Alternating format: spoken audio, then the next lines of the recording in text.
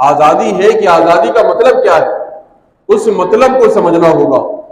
جب ہم آزادی کے مطلب کو سمجھیں گے تو پھر ہمیں غور کرنا ہوگا کہ ہم کتنے آزاد ہیں، پھر یہ بات ہماری سمجھ میں آئے گی۔ آزادی کا مطلب یہ ہے کہ کوئی انسان یا کوئی ادارہ یا کوئی ریاست، کوئی انسان، کوئی ادارہ یا کوئی ریاست ذاتی طور پر، مذہبی طور پر، اخلاقی طور پر، قانونی طور پر اپنی ذمہ داریاں اگر پوری کرتا ہے تو اس ذمہ داریوں کو پورا کرنے میں اس پر کوئی دباؤ نہ ہو، اس کے ساتھ کوئی زبردستی نہ کی جائے، تو ایسا شخص آزاد قرار دیا جاتا ہے۔ اگر کوئی شخص ہے وہ اپنی ذاتی زندگی اپنے حساب سے گزار رہا ہے، اس کو کوئی مجبور نہیں کرتا، کوئی پابند نہیں کرتا، تو وہ آزاد ہے۔ کوئی ادارہ ہے وہ اپنی ساری ذمہ داریاں، اپنے سارے کام خود اپنے انداز میں مکمل کرتا ہے، کوئی دوسرا اس کو مجبور نہیں کرتا، اس پر پابندیاں نہیں لگاتا، تو وہ ادارہ آزاد ہے۔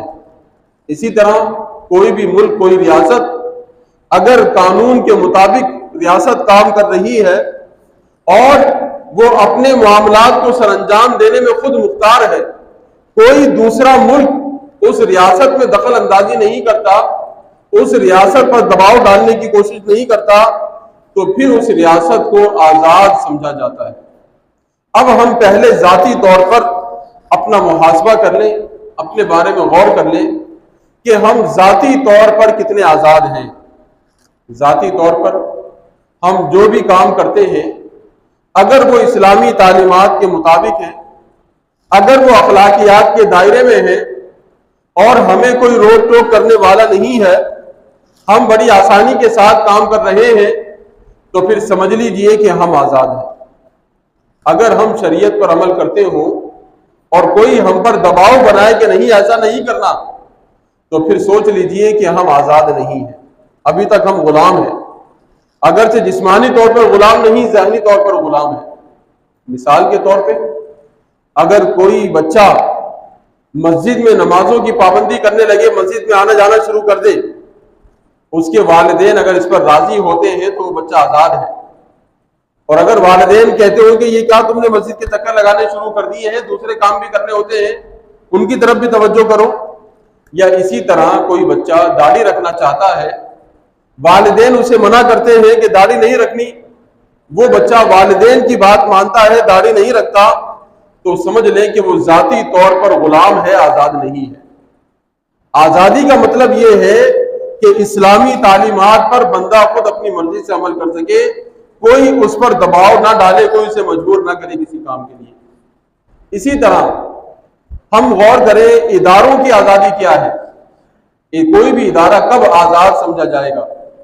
جب وہ ادارہ اپنے کام، اپنی ذمہ داریوں کو خود اپنے طور پر مکمل کرے گا، کوئی دوسرا شخص یا دوسرا ادارہ اس پر کوئی دباؤ نہیں ڈالے گا، تو پھر سمجھا جائے گا کہ وہ ادارہ آزاد ہے۔ مثال کے طور پہ پولیس کے محکمے کو لے لیجئے۔ اگر پولیس کا محکمہ اپنی ذمہ داریوں کو پورا کر رہا ہے، کوئی سیاستدان رکاوٹ نہیں بن رہا، کوئی امیر آدمی رکاوٹ نہیں بن رہا، کوئی چودھری رکاوٹ نہیں بن رہا، بلکہ پولیس کا جو کام ہے وہ کام کر رہے ہیں، تو پھر سمجھا جائے گا کہ پولیس کا ادارہ آزاد ادارہ ہے۔ کوئی بھی شخص اپنی مرضی کے مطابق اس کو استعمال نہیں کر سکتا۔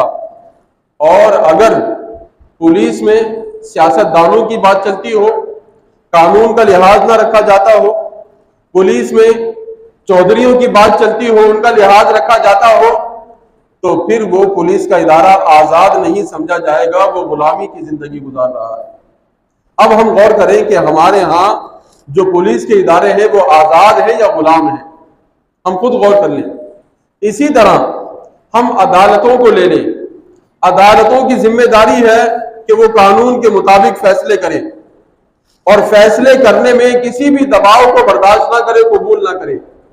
اگر عدالتیں یہ کام کر رہی ہیں تو عدالتیں آزاد ہیں، اور اگر جناب عدالتیں پیسہ لے کر فیصلے کر رہی ہیں، عدالتیں سیاست دانوں کے دباؤ میں آ کر فیصلے کر رہی ہیں یا عدالتیں کسی دوسرے ادارے کے دباؤ میں آ کر فیصلے کر رہی ہیں، تو پھر سمجھ لیجئے کہ ہمارے ادارے، ہماری عدالتیں آزاد نہیں ہیں، وہ غلام ہیں۔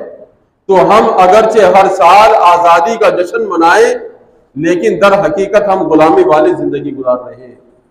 اور اگر ہماری عدالتیں قانون کے مطابق فیصلے کر رہی ہیں اور کسی کے جبر کو، کسی کے دباؤ کو برداشت نہیں کرتی، تو پھر ہم کہیں گے کہ ہماری عدالتیں آزاد ہیں۔ اسی طرح آپ کوئی بھی محکمہ لے لیجئے، کوئی بھی ادارہ لے لیجئے، اگر وہ ادارہ اپنی ذمہ داریوں کو خود مختاری کے ساتھ پورا کر رہا ہے، کوئی اس پر پریشر نہیں ڈالتا، تو وہ ادارہ آزاد سمجھا جائے گا۔ یہ آسان الفاظ میں نے آپ کو بتا دیا ہے۔ اب آپ خود غور کرتے چلے جائیں کہ ہمارے ملک پاکستان میں کون کون سا ادارہ آزاد ہے اور کون سا ادارہ غلامی کی زندگی گزار رہا ہے۔ اس کے بعد ریاست کی بات آتی ہے۔ ریاست آزاد ہے یا غلام ہے؟ اگر کوئی بھی ریاست اپنے فیصلے خود کرتی ہے، دوسرا ملک اس کو کوئی فیصلہ کرنے پر مجبور نہیں کرتا، وہ ریاست خود مختار ہے، تو پھر وہ آزاد ہے۔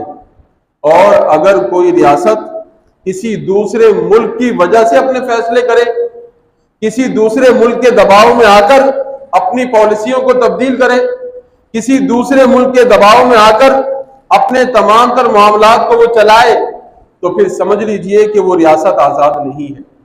اگرچہ وہ آزادی کا جھنڈا لے کر ایک قلم لگا دے، جھنڈا لگا دے آزادی کا، اگر وہ ابھی تک دوسرے ملک کے اشاروں پر چل رہی ہے ریاست، تو پھر سمجھ لیجئے کہ وہ ریاست آزاد نہیں ہے۔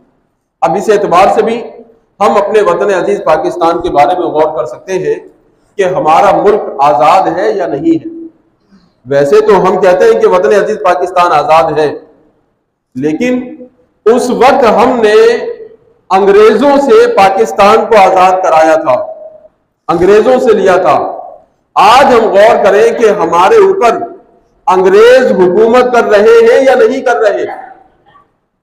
انگریز اگرچہ نظر نہیں آ رہے، ہمارے اوپر حکومت کر رہے ہیں یا نہیں؟ اگر انگریز ہمارے اوپر حکومت کر رہے ہیں تو پھر سمجھ لیجئے کہ آج بھی ہم غلام ہیں، غلامی والی زندگی گزار رہے ہیں۔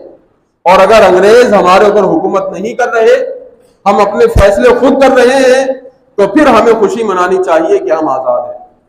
اب ہم میں سے ہر ایک باشعور سمجھدار ہے، زیادہ وضاحت کرنے کی، تفصیل پیش کرنے کی ضرورت نہیں، خود سمجھ جائیں کہ ہمارا ملک یہ کس قدر آزاد ہے اور کس قدر غلامی کی زندگی ہم گزار رہے ہیں۔ یہ سوچنے کی ضرورت ہے۔ جو صورتحال ہماری بنی ہوئی ہے، اس کی وجہ کیا ہے؟ چاہے وہ ریاستی طور پر ہو، ادارتی طور پر ہو یا ذاتی طور پر ہو، جو بھی ہماری صورتحال ہے، اس کی وجہ کیا ہے؟ کبھی غور کیا؟ اس کی وجہ یہ ہے کہ ہم نے آزادی کے مطلب کو نہیں سمجھا اور آزادی کی قدر ہم نے نہیں کی۔ جب ہم نے یہ کام نہیں کیا تو پھر آج جو ہماری صورتحال ہے وہ سب کے سامنے ہے۔